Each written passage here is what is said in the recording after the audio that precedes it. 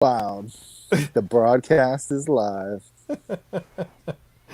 And it's not a show, maybe not even a connection, but we are here. My name is Judah. I keep forgetting to change it to Judah. Judah Buddha. And I'm with Captain Blackburn of the Joshua variety. Arr. And you are outside today, good sir. Yeah, it's just too pretty of a day not to just set up outside. And I, again, sh- it's I can I smoke should have. outside. Yes. What do you got? You've got the pipe, huh? You Yeah. got the It English Tavish, or what is that? The English it's a English blend. blend. Morley's best. Ooh, So now it's a it's a it's nice. a habit. I uh I like the pipe. I remember the first time I ever smoked it. My brother was always first to dabble in the vices, and he told me about an experience he had where he was huffing the pipe, and and he saw stars. I remember him saying like I have to so much I saw stars, and I was like I want to see stars. So I got a pipe and huffed it, and I saw stars. It's funny though, the buzz wears off quite quickly with the pipe smoking. It's more of a smell. It's so much more pleasant than like a cigarette or a It cigar. it is. Cigarettes taste like I don't know, twice as worse than they smell. Um, Cigars, I think most of the cigars I've ever smoked have been about maybe they taste half as good as they smell. Pipes are they Much don't taste closer. as yeah they're closer, and they're cheaper. Yeah, yeah. Well, I mean, for a nice pipe, it's Yes, a good pipe is expensive. However, a good pipe, you can smoke for years, and I have literally smoked pounds of tobacco out of pipes. So mm-hmm. Yeah. um, at this point in my life, Well, you're the one who always you put it in my ear, and I've said it for years. Is the perfect blend of the new world and the old world. it A it, little it whiskey and a little new world leaf. it's a little new Looks like you're almost out there of the old old world new distilling world. techniques. Yeah. Little new world tobacco leaf. Yep. Well, it has become commonplace.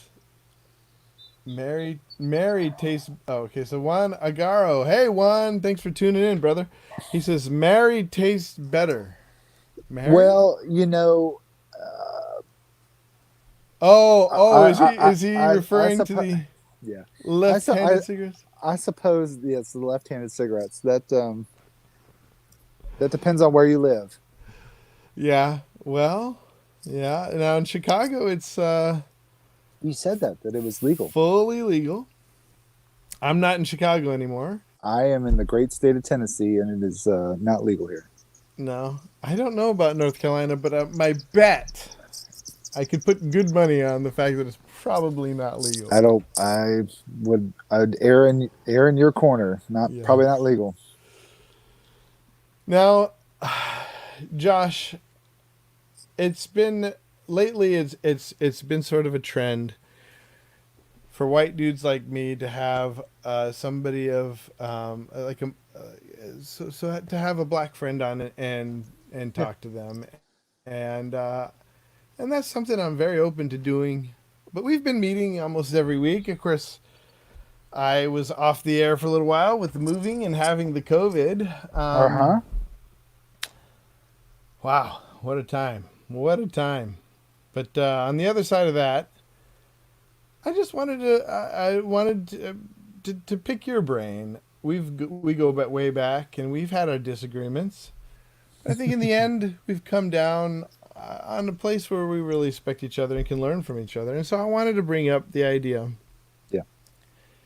I wanted to bring up the subject, the very pertinent subject right now of race relations and such. Mm-hmm. Oh, Jay says, "Did I have the COVID?" He had the COVID. Yeah, yeah, Jay, I had the COVID. Had lost You the got the COVID. smell. I lost my smell. Had a fever. Felt like, you know what it felt like? It felt like the worst hangover you've ever had. Like pretend like you had a hangover and then like while you were drunk you got hit by a car. That's kind of how it felt, Ooh. but not for very long. And I'm happy to say, blessed to say that my wife got it, but all she lost was her smell and her taste. And my kids, I think all of them except for Anna, lost their smell and taste. Oh. And that was the extent for them. They got little sniffles or something, but it was weird because it was also during a time of It was during allergy season, you know. Anyways, enough about the COVID. We've talked about So we've moved on in our we're society. moving on from COVID to more pressing issues. Yeah. Almost, and I dare say perennial issues. Say more about that. Okay. Well, George Floyd was not the first black man to be the victim of um, overzealous and um, lethal police action. Yeah. And so it comes up, right? I mean, Yeah. when these events happen, they come up. Though I think, to me, what is really, we heard about a lot of these types of incidents, but this is the first time that I can remember where people were subjected to the reality of watching a man die Yeah. on video, Yeah. to be murdered on video. Um, Yeah. it's a homicide, and sometimes in situations there are questions about whether or not a homicide is justifiable. But I think everyone can watch this video and go, that was completely unjustified. Yeah. Yeah. Um, and so there's a part of me that goes, the reaction, the visceral reaction to the injustice of anger and rage, and is appropriate.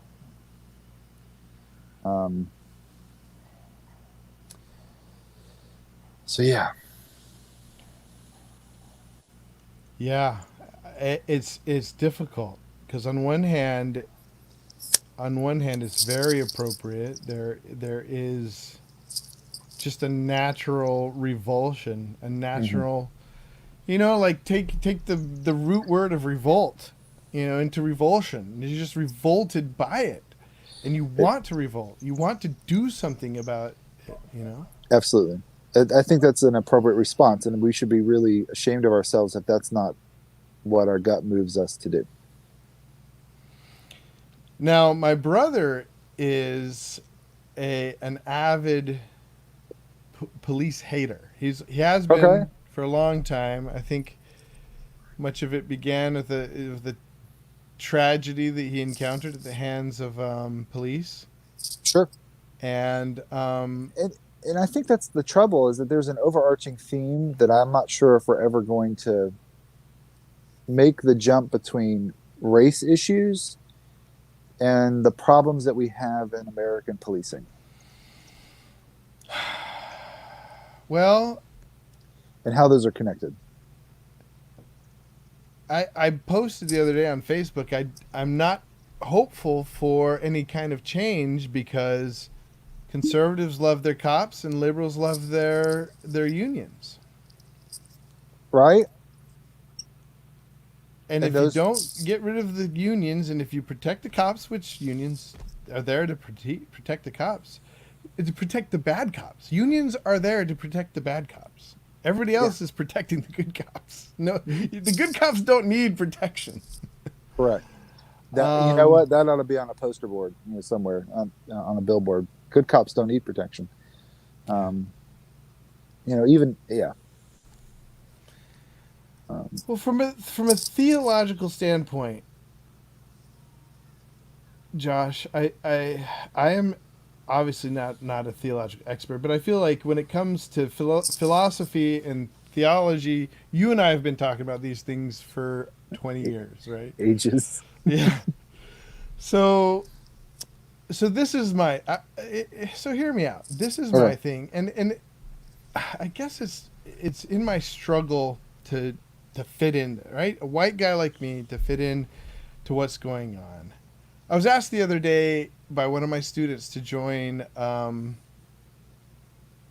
He just wanted me to take a picture with my hands behind my back, symbolizing my support for Hmm. Black Lives Matter. But he asked me for my support. He's a Latino guy that not one of my students, but one of my coworker students that I had a connection with.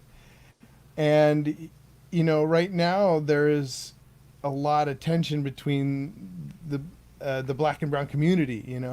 If I feel weird saying that, but like the Latinos and the African Americans, or whatever the proper way of saying it is, the different gangs, the GDs and the 2-6 and the there is some major race tension, between and race war that Hmm. is on the verge of race war.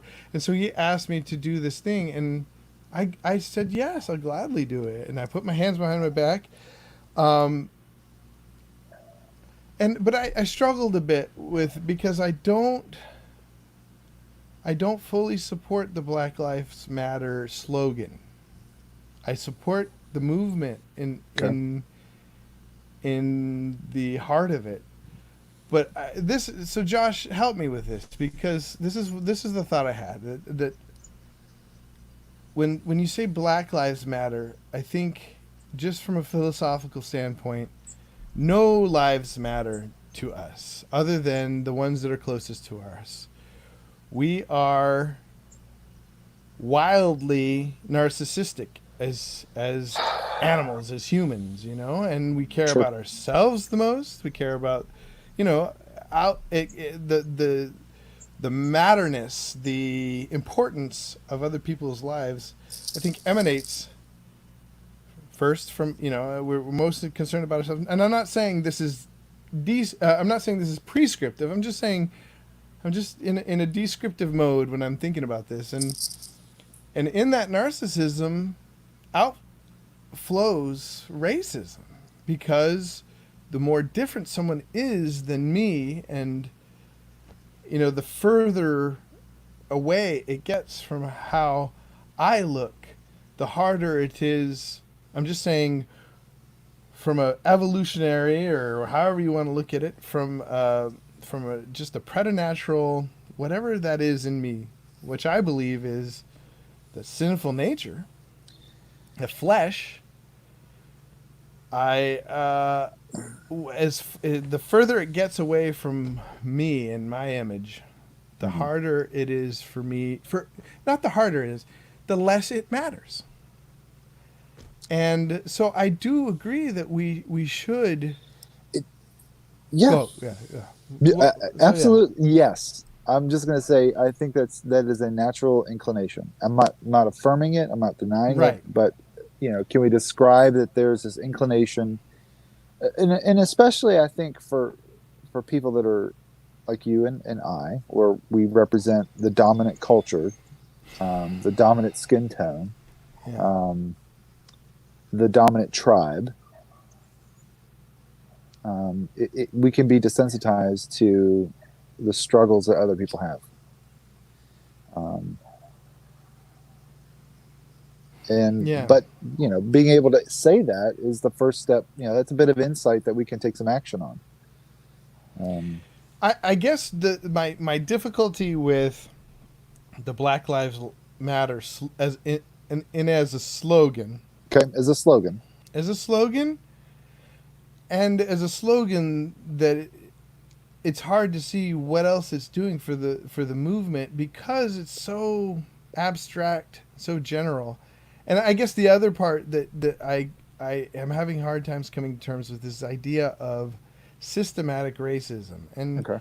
I'm not really the I'm not really the type to just dismiss it. I don't want to dismiss it at all, because racism is a real thing. And I think the thing I have a difficulty with is, what is systematic racism, and is it helpful to call the problem systematic? Okay. Because in when I hear Ooh. systematic, I don't hear a problem that is has a solution. I hear something that is largely when someone says it's systematic, like Hmm. we try to systematize things so that it's unbreakable. You know what I mean? Okay. We create structures to make life easy, and Yeah. a lot of life is done automatically. Yeah. There's some efficiency in that. um, I guess, and I'll shift it to more of a psychological term. Yeah. um, and I can see both sides of the coin, though, and I certainly sort of share your struggles. The difference between like an external locus of control and an internal locus of control. An external locus of control, I'm dealing with issues that are outside of my body, outside of Mm-hmm. my person, that are often systemic. Mm-hmm. They're either, you know, embedded in the way that we do things, the way that we communally think about things, how things are often embedded in language and laws, procedures, um, mores, um, Mm-hmm. and it does present a challenge, right? Because Yeah. to change those things often are messy, slow. Um, we don't get it right the first time. Um, internally, as far as like my internal locus of control, my responsibility, my ability to respond to any particular moment that Mm-hmm. I'm confronted with puts it on me. How am I Right. racist in my behavior? How do I overlook the lived experiences of other people? How do I impose my own values or biases or expectations on someone else? And frankly, that happens all the time. Well, I think, and that is my the biggest problem with calling it systematic racism is that to me as a conservative, I'll say this that it taps into that thing where the thing I despise, and Mm-hmm. that is making it this large unmanageable thing that we outsource to government, Sure. that we outsource to the high, it's below my pay grade type thing. Hey, Yeah. there's a terrible problem. It's systematic. We need them to take care of it. Or Uh, above our pay grade, right? above, Like what did I say? Yeah. below. Oh yeah, Yeah, above our pay grade. we can lose a sense of agency, a sense Yeah. of power that, and that I think is sort of the blessing and the curse of things like slogan movements. Black Lives Matter. I mean, the reality is that's an organization. They have an agenda.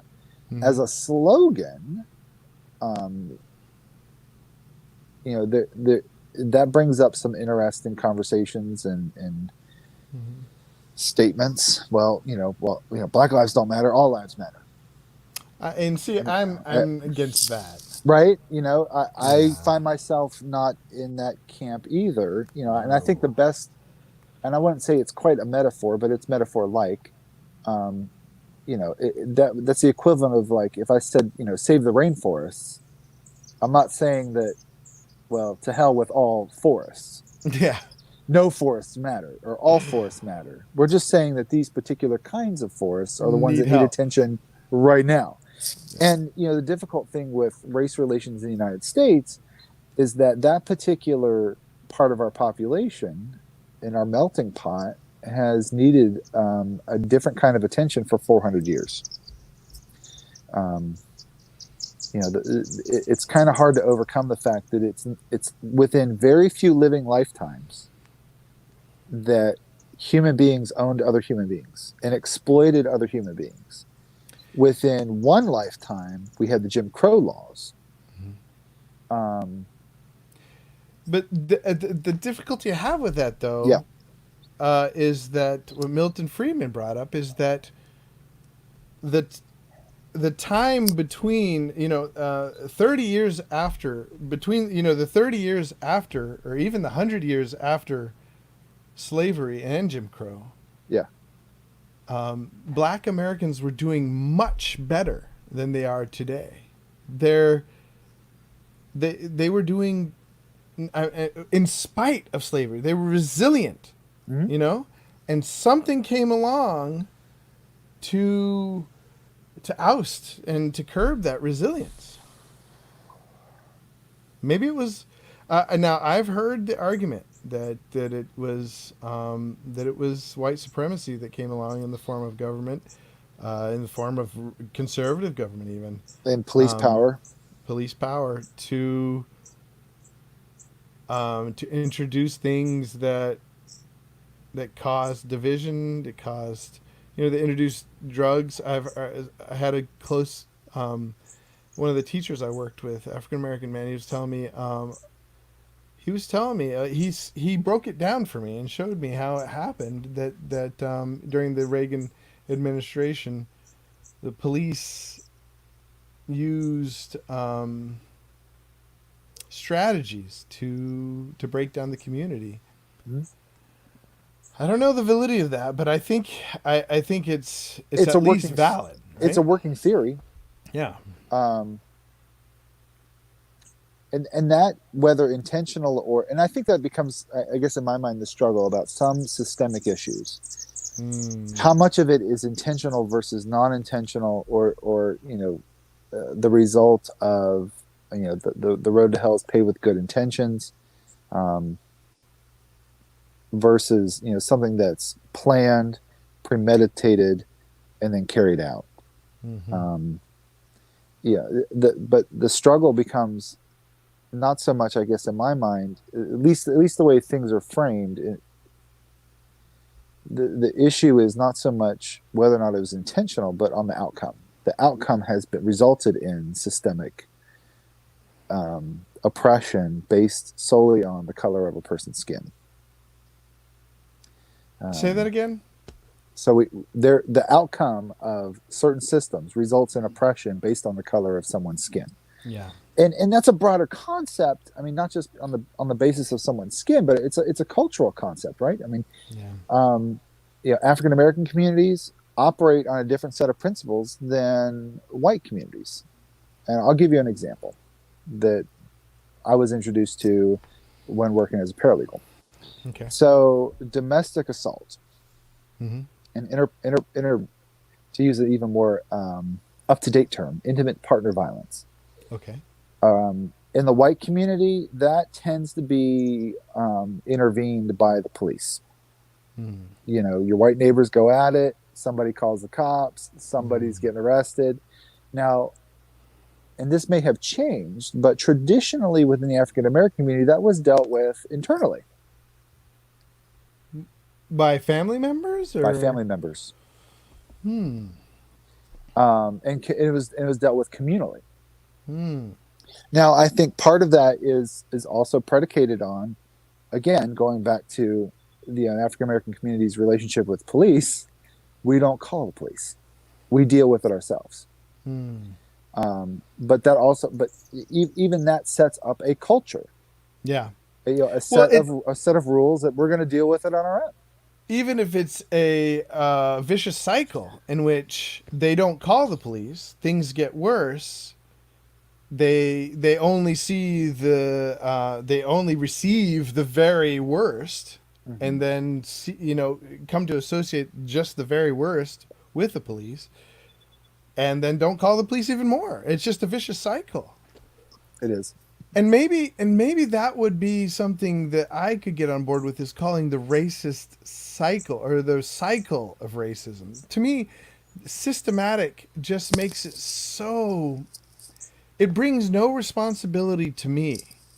You know? What? Like, if it's Yes, systematic, that's above my pay and, grade. and that begs the question of, what's the most effective means of change?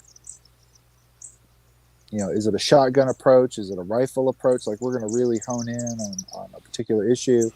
Um, are we going to kind of do a little bit of everything? a little top down, bottom up Mm-hmm. um, uh, attempts at change. Um, you know, maybe I identify myself as a conservative. I guess I'm a weird hybrid of like Yeah, traditionalist meets libertarian. Um, you're a little bit more volunteerism too, I I think. In I you. I am. I've got sort of a radical commitment to autonomy, for better or for Mm. worse. That's not just a clinical value. That's to be very much a philosophical and theological value. I mean, so God lets us do some of the most heinous things, Mm. and I will leave it at that. Um, and He doesn't intervene. Left to their own devices. Now Um, he does eventually intervene. yes, and that's I think the nature that becomes an interesting discussion that maybe we can have some other day about the Mm. nature of justice. Yeah. Because there is an aspect I think of justice that people are very quick to grab hold of, which is retribution But I would say, I mean, in the versus case, restoration okay, or yeah, I was gonna say, rehabilitation. yeah, when the flood was much more of a restart rather than a retributional. Well, that's very retributional. Okay, I mean, I'm going to kill yeah, everyone. you're right. You're I'm right. killing. I'm kill. I think we have to do some justice to the biblical story. I'm going to kill everyone but Noah and his family. Yeah. And I was again. I love my drives back from Knoxville. I was reminded about that yesterday, Mm. um, because I was following the tail of a rainstorm. So there are lots of rainbows, Okay. and what people forget, or maybe we're never introduced to the concept. Do you know what a rainbow is, right? Uh. Symbolically, Oh, symbolically, well, yeah. not It's a scientifically. I don't care. that it'll never flood again. Can never flood again, but it's also based on the promise that so what a rainbow is a bow pointed heavenward. A bow pointed heavenward. Yeah, What's a bow? Oh, like a bow and arrow? yeah. Ah. Tell me It's a more. What do you? it, So what is?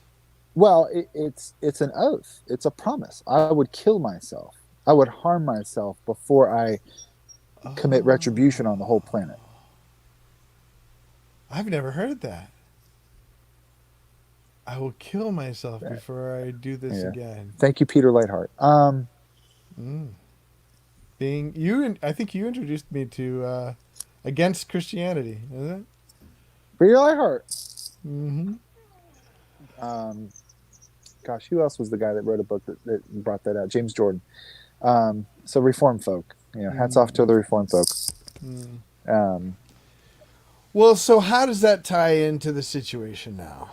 well, justice.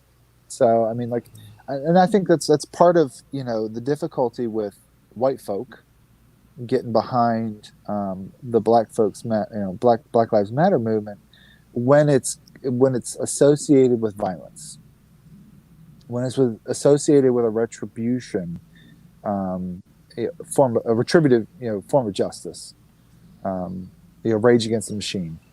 Um,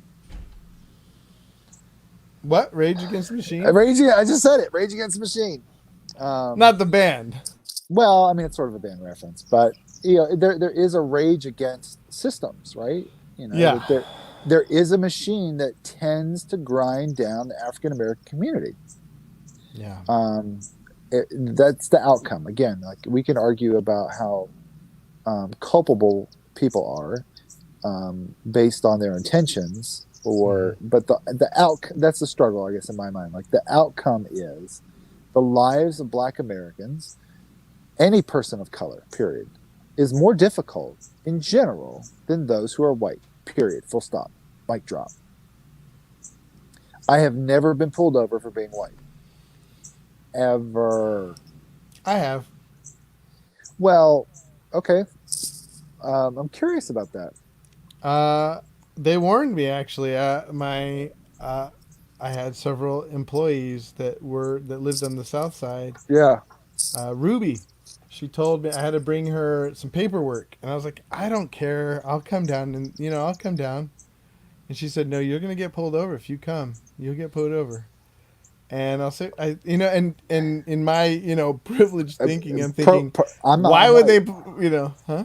why Yeah. would I get pulled over? It's a profile Uh. stop. You're in the wrong neighborhood.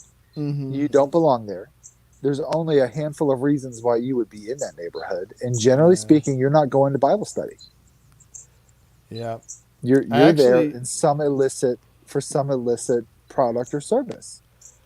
yeah, yeah. So they pulled me over. It was some BS reason, like my tail light or something. I can't remember. Subterfuge stop. Yeah, and they said, "What are you doing here?" I remember them saying, "What are you Mm-hmm. doing here?" And I showed them my badge because I was also a counselor at well, I was a supervisor like you. I was supervising a couple Sillas, but I was also a counselor and I had a badge. I lied actually. I said I'm here as a I didn't. I was scared. I said I'm here doing counseling, and they're like, "Oh, okay." That fit into their, into that fit into their worldview. Oh, yeah. he's here to help. But I mean, how something profoundly wrong with that too, in a sense. That goes back to the discussion about policing and subterfuge stops and profiling, civil rights, But I mean, expectation of privacy, even in that situation, freedom to travel. I was able to use some kind of white knight bull, you Yes, know, absolutely. to get which You played the white card and I it worked. I mean, basically, yeah, So again, you didn't get pulled over for being black. exactly. I've met I didn't say I've ever no, experienced that. I hear you. I hear you. No, I've met people that have been pulled over for being black. Yeah. Oh yeah. Period. I know a I lot. bet you Yeah. have. Yeah. And that's systemic. Yeah. And it's also an individual choice on a police officer to violate another person's rights. Hmm. But it's supported systemically.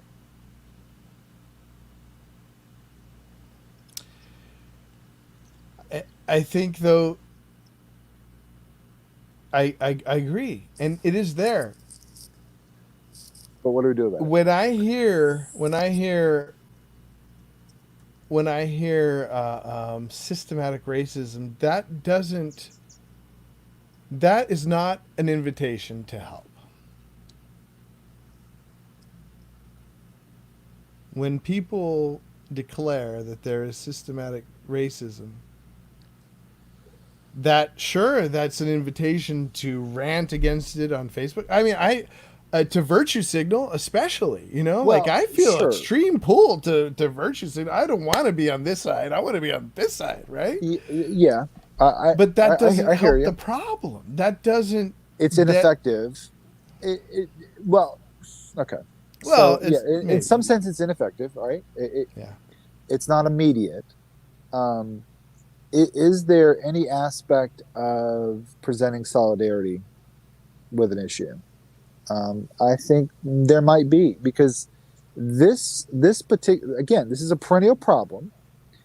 It's this particular um, resurgence of this perennial problem is I think, a little bit different um, because again, everyone was witness to a public murder. Hmm. Um, Solidarity brings attention to the issue and keeps it on the front burner. Okay. Um, Or and does again, it? well, so far so good. It's not gone away, Hmm. and I don't expect it. Um, who knows? I think time will tell. Though, if the past is any indication, most people are conflict averse and will want to put this to bed and will want to put it to rest as soon as possible. Whether that's some token legislation or some uh, some action that, whether it's local, federal, whatever, um, that I appeases. I So don't think there's anything that can happen on a policy level that would that would appease. But see, even in the parlance of appeasement, you okay, know that offends me, right? Like the like just appeasing the situation will continue to make it a perennial problem. it should be offensive when, yeah, when we just call it what it is, it's offensive. And but I guess I just wanted to share the difficulty I have with it with so okay, so Juan says Hey Juan. it's all systematic. Look at leadership, schools, businesses, property ownership. It's all made for the white person and not intended for a person of color. Well, but see, in that statement, Juan, um, oh wait, sorry, I'll come back to that. In that statement is not an invitation for someone like me to take action. That is a statement to me, Juan. This is what I'm saying. That statement is is a We, complaint about something that is above my pay grade. is it? Well, push back. Okay. Um, Juan, I tend to agree. It there and I like to think in systems, and systems thinking is a little challenging because it's kind of hard to put. Um, it's not always as concrete, Yeah. um, and the actions aren't always as concrete. But and I think the challenge here is, yes, do we have institutions that prefer white culture and white people? Yes. But what is then that raises an interesting problem solving question. Well, how do we change that? I think that's where I go. And so, what would happen if we refuse to, white people in particular, um, were able to identify things in particular programs, in particular systems, in particular institutions that, um, and I think a friendly way to look at it is kept people of color from coming to the table, Yeah. to have an equal place at the table, to be treated in a way just like everyone else. If we were able to identify things that we do, things that we think, rules that we create, systems that we ultimately structure, that's the hard thing. Like identifying markers that could and should be changed. What would happen if people that were white said, "I won't put my money and my time in institutions that don't make these changes"? That's something that people like you and I could in theory do, um, depending upon our amount of influence or power or persuasion. We can open the door, Well, if even to have those conversations. I agree, but the problem is when it becomes a system, there's no particular place. So Juan says, I think this is Just get one really on. this is really important. He says you're turning your eye to it, even if you look at it as not your problem. I think Well, that is the problem. Is like it's not my problem. it's I will not a admit that, it's but not a it I could be. It I don't could hear it. be. I don't hear of it as a question of problem, as a question of power. Okay, say more about that. Um, so even as there are a certain segment of us white folk who sometimes feel rather powerless to see things change. Mm-hmm. Whether that's a level of resources or a level of influence or a level of persuasion. Um, I guess my struggle is I think there's something worthwhile in saying it's a communal problem, right? Mm-hmm. But living with the frustration and the difficulties surrounded by, but what can I do about it? And I Yeah. think what Juan is, I understand what Juan is trying to say is that if we don't accept it as a problem, how are we going to find the power to make whatever changes in our that we can make? right? Like, Yeah. yes, I recognize that my power is limited. I know people that have more power. Um, but identifying personally what can I do that's going to help instigate change. But if we don't start with admitting that it's a problem, we never Mm-hmm. get to the power discussion. We never get to the discussion about what should be changed and how are we going to change it. Well, and see that is exactly my problem with calling it a systematic problem, is that does not so so that doesn't point to it as a problem to me. If it is a systematic problem, It it is not my problem. it's our yeah, and this It's is our problem, and it's if it's our our problem, problem. it's like so our church directory, when somebody sends out an email to everybody and says, I need help with this, everybody says, well, I guess the next guy's going to help them with it. But isn't that what we're talking about? Yeah. Like that, I think that's a great metaphor. We got the email from the lady that's doing the church directory, and we're all looking at our emails, going, well, I think Johnny's going to take care of that. Well, but it's even worse, because instead of specifying ways that you could help, it's just like, hey guys, we have this huge vague problem that we're Yeah. calling a system, Mhm. and we would and and like your help with it. And and like, this was what makes okay, it complicated, and this is what sort of makes me, I don't know. I tend to be more of a bottom up guy. Um, I the, agree. the Me the too. system in Maine is not the system in Florida. It's certainly not the system in Tennessee or Chicago or LA or San Francisco. There may be some commonalities, and we do in this country have a tendency to want to abdicate individual responsibility or Mm-hmm. even local communal reactions, Yeah. like, hey, police force, hey, city mayor, hey, city council member or alderman or whatever you call them where you live. I want a civilian review board, period. Mm-hmm. Um, Yeah. Now that's good. that's a local solution to a problem. Yes, But but no, that's I local. but I don't think we're there in the conversation yet. And this is where I want to go back to Juan. If we immediately become resistant to, wow, gosh, you're telling me a systemic or a systematic problem, and I feel powerless to change anything, so I don't feel like I've got a say or anything to do here, Mm-hmm. then the conversation never starts because it's not a problem. Right. And I wish I could see one's words again, but Okay. that's what I'm thinking. Is if we don't accept that it's a problem and therefore a topic for discussion, it's all systemic, right? Mm-hmm. It's and there's a previous one where he's like, the joy of doing this on my phone. Uh, yeah, I can't find it. Good point, Juan. Well, it is a good point, and so well, let's go through we have let's see. So Juan says, still don't believe in wearing masks.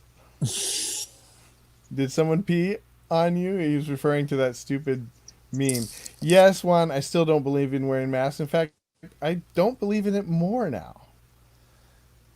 Most of my family was asymptomatic. I was only sick for a week. I believe we should protect the vulnerable. Anyways, that we've already had that discussion. Let's keep going. Yeah, So I read the only published autopsy. This is Jay. He's a doctor. he knows, he's got the inside scoop. I guess so. And it agreed with my initial assessment in that I thought uh, George Lloyd had. Is that his name? Yeah, George Lloyd, right? No, George Floyd. I thought George Floyd had some toxin in his blood and had a heart attack. Do not misunderstand. I believe these cops were culpable. and absolutely need to be treated to the justice they deserve. Yeah, I mean, I don't know, man. I'm not a doctor. I saw them kneel on a dude's neck for 9 minutes. I don't know what kind of. I mean, I heard he had fentanyl, which makes it hard to breathe.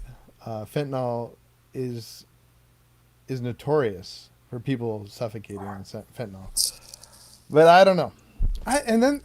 And then these days it's hard to know what to believe. Well, right. That's always a difficult issue about where we get our information. How truthful is it? How we respond to what information we get Yeah, based on incomplete information. It's problematic. because there was two autopsies that came out and they were conflicting in nature and no conflicting in result. Sure. Well, and I here's where I kind of hang my hat. I don't put a lot of information on Facebook. I probably could use social media better. Um, Mm. but I don't know. One of the things that I particularly appreciate about my odd collection of Facebook friends is they come from a very wide swath of views and opinions and experiences, and the friends that I have that are former law enforcement were pretty unequivocal that Mm. that particular way of handling a human being was inappropriate. Period. Yeah, I haven't heard anybody say like, "Hey, that's the way you do it." No, Yeah, no, no. no. So, you know, I don't know, and I don't live in Minneapolis. You know, so I'm not. I can't speak to the culture there, right? I mean, I can only, I live in one of the whitest places. Like where I live in Tennessee in Southwest Virginia is whiter than a lot of places in Great Britain. Um, Mm. and so I'm kind of embedded and so look at the world from that vantage point. And but that being said, that's also been informed by conversations with people of color that have lived here, um, and there I think there are going to be some common threads throughout the country that are issues and concerns and ways of doing things that can be addressed, and there can be some change.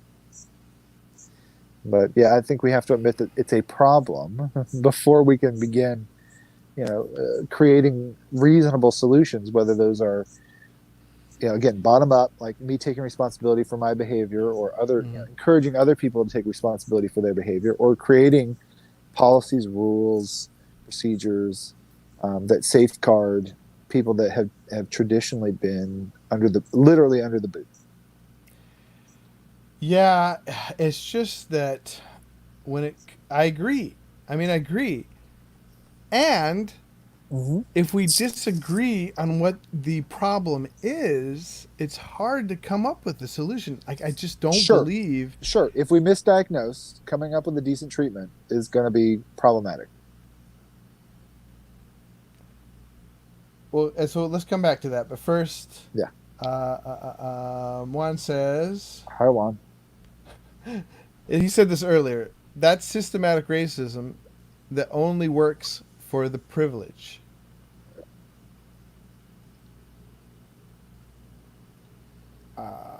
So they don't call the police because well, this is back when we were talking about this the system. No, the cycle of racism. When we talked about the fact that they stopped trusting that Black Americans stop trusting the police. The more they have horrific experiences with them, and then they stop calling them, and then they need then it Well, feels like a horrible cycle to me. Well, and I think isn't nonlinear uh, yeah, nonlinear thinking, I think, is pretty standard for dealing with systemic issues. Hmm. Um, Looking at things within the context of cycles is pretty, and I think of this more, from a therapeutic perspective. Hmm. That tends that we have to look at things from a rather non-linear perspective. Yeah, is it possible that we've created cycles of behavior that reinforce the behavior? Sure, absolutely. Um, and that does generally tend to require some kind of disruptive innovation. I mean, Yeah. it just does. Um, Yeah. it Well, often and we're sometimes, seeing that. yeah, it's often not clean and it's neat. It's not neat. Hmm. Jay says, I I play the play doctor the card. doctor card Yeah, reservedly. Let's get to some of Chris Jones. What Chris Jones is saying, because this goes to what I'm saying about having different diagnoses, different triage. sure. Chris says most of the welfare system keeps people of color down. Most liberal social policies are systematic racism. That's another discussion for another day. Then Shelby Steele and Walter Williams are white and privileged too. I'm not familiar with Shelley Steele I or don't Walter know Williams. those two. Walter Williams. He said, hint, they're black, lived under Jim Crow, and I learned this from them. Interesting. Hmm. I don't know what the data supports their point. And the point being, well, so it's just extremely difficult for someone like me. Um, when you talk about systematic racism in the most liberal state in America, Okay. Minnesota, or one of the most liberal states in America, right? They have a Democratic uh, governor, mayor, everything's Democrat there. They're senators, right? I It's not like I can vote uh, for more allies, right? To help. They have all the allies there. Okay. It's a question of Um, power.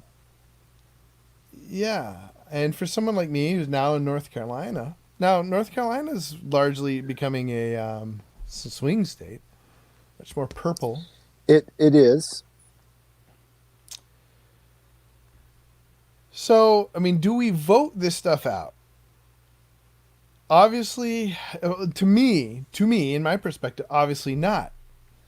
Sure. It's a question of means. What do you mean? Well, I mean, how do we change it? Oh, So, but again, I mean, ends, like, what are we going to change? What kind of change that we hope to achieve? Um, if done well, is going to be based on an accurate assessment and understanding of what the problem is. well, so quickly, I mean, we only have 7 minutes left, but talking about solutions. So, one of the solutions that has cropped up is the abolishment of, or the defunding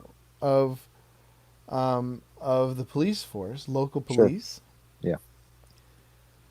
Now, the difficulty with that, I've been for privatizing police. I've been for that for years, for 20 years now. But I don't think that there are many on the left, many that are part of this movement that would be for privatizing the police. I must confess, I am relatively ignorant about the notion of a privatized police force, which I immediately want to call a mercenary police force. Well, I mean, if you defund the police, it will say like you abolish the But police. I could see the high side of um, letting market factors and the consumer of said services determine what occurs. Um, I don't know. That's a new one. I've never given that any thought, honestly. Well, I I'm afraid that it could go real bad. well, So real yeah, intentional effort of privatizing, like a real orderly way of doing that would be. But if you just defund, if you create a vacuum, usually the things that fill that vacuum are not the best. that I would agree with that. Nature abhors a vacuum, and it does tend to get filled with the nastiness. And when I think of and again, this is me speaking out of my ignorance. Um, I have some serious reservations about the notion of privatized prisons. Yeah, well, that's the first place people go. Yeah, They I say, would suspect that people would. yeah, Um, they'd say, look at the privatized prisons. That's not going very well. no, I do uh, think that's a different beast, though. that's a complicated issue Yeah. um, because a lot of the people that are in that business are also in places of legislative power. So, uh, Oh, as a career police, Chris Jones says, as a career military, I'm sorry, career military officer, private cops are a a bad bad idea. idea. Chris says no go. Yeah, I could see that. Yeah, I tend to think along the lines of the post that you put up about, the reality is unions exist to protect their members. Hmm. Um, and to the best of my knowledge, there are very few police departments that are governed by a civil or um, either governed by or can be sanctioned by a civilian review board. Yeah. Uh, Well, our good friend Joseph Rhodes, he said, or my friend Joseph Rhodes said, how come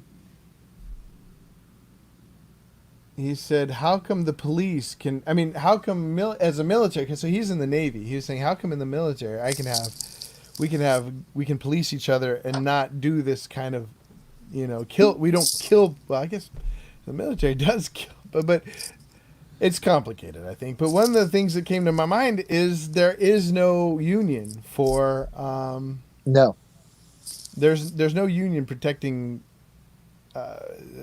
army men, no, military men. and it's ultimately civilian run. Yeah. Yeah, which brings us back to an interesting conversation about checks and balances, Yeah. and wondering whether or not we've created a place of power and authority and an authorized use of violence that ultimately is protected by law. Trust me, if you ever try to sue a police department, good luck. Yep. Um, it's protected by law, and is extremely resistant to change. Yeah. Well, you're running out of light. I am. We're running out of time. Juan says, "Oh, real quick. So Chris Jones says, nope, they're Nope. not. They don't have a union. I suppose." Juan says, "Judah, what does it mean to be an ally to Mm. you?" And I think that's what I'm trying to work out. Yeah. That's what I'm trying to work out, Juan. I don't know, um, because it's such a vague term. Well, and maybe I'll throw out here because I struggle with this because I think as a male, we'll use a gendered term there for fun. And as a white person, I tend to think in fix it. There's a desire to want to fix something, to do something that's effective, right? Yeah. If we get any sense that our actions are ineffective, we tend not to do them. Um, So Yeah. is an act of solidarity, um, putting ourselves in the position of being an ally, is that enough for us? I mean, and as an individual, I don't know if I have a really good. I don't know. I don't know if that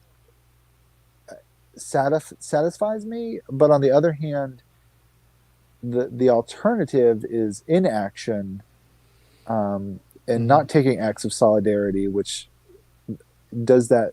The challenging question is, does that place me in a position of complicit silence, Hmm. or at least, and forget social signaling for a second, but is my silence ultimately affirming or in solidarity with the status quo? Yeah. Yeah. Um, my silence, I'm sure, is. And but the question is what do I do about that? Because too often have I spoken up in solidarity just to do nothing. It's too easy. I guess to me, solidarity is a poor substitute for action, for responsibility. Solidarity is not taking responsibility. In fact, they're almost mutually exclusive.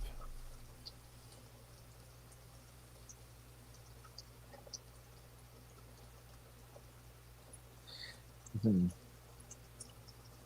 You know? Can I take solidarity and take responsibility? I feel like no. Maybe you can. But I choose I feel like the act of responsibility is far more important. It is, or well, it, it it it certainly gives a sense. I mean, or I guess a felt sense of, um, action, of effectiveness, of efficacy. But I wonder if, being an ally and being in solidarity is sometimes the best thing we can do at the moment, Hmm. um, knowing that moments are going to change, opportunities to you know use power, persuasion, influence, um, might present themselves in the future. Yeah, 'cause I guess what I'm afraid of, and is, if we take the position of I don't do anything, and this is, I've got my nose to the grindstone so often that I don't step back to even declare myself an ally or to make some kind of gesture, that is in solidarity. And I struggle with this. Am I being complicit? Well, the problem is when you say that it's systematic, I'm complicit either way. Well, As a white person, I'm complicit. there is some, yeah, yeah. If the So if I'm problem is, complicit either way, then it doesn't behoove me. You know, there's no behoovement. There's no that's not an invitation to join. You know, if I'm complicit either way just by being white, then I'm not looking to cheer anybody. I'm looking to help, and I just don't. Like I'm that's not dark. saying I'm not saying don't tell me it's a system or systematic. I'm saying I understand what you're saying, but when you say that, it's not inviting people like me. It's not it's I don't believe it's helping as much as you think it is. Um, And not you, I mean in general. no, I hear you. Yeah. How much time you got? I don't want to open a can here. No, maybe not. We got you're I can't even see you. I know. No, The man in the dark. Can't you like light a dude, I'm blacking it out. This is my solemn act of solidarity for the moment. Well, here I'm just gonna say it. Yeah. and I don't know what to do with it. Because what I hear from you, and this is going to be a little crass, Mm-hmm. but from a systemic perspective, Yeah. and it is, and in this issue of wanting to do something that's effective as a white person, when the problem is framed systemically, I think one of the initial reactions or the initial one of the thoughts that can kind of come to mind is I'm damned if I do and I'm damned if I don't. Mm-hmm. Um, it, whether that's shame or guilt or complicity or trying to identify what role I play in the system. Um, and it is a little amorphous, but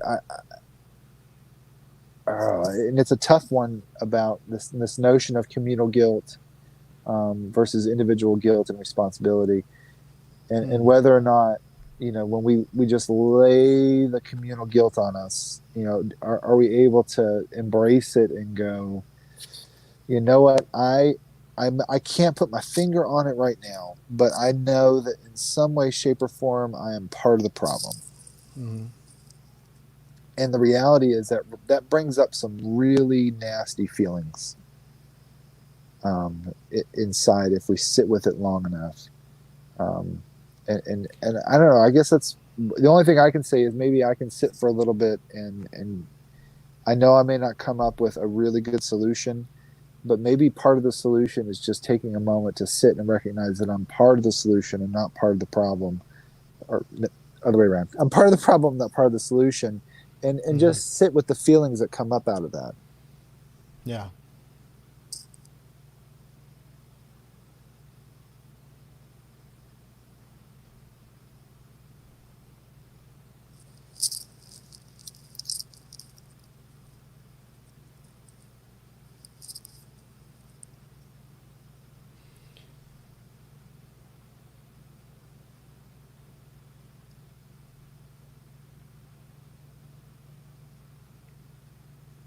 Are you still there?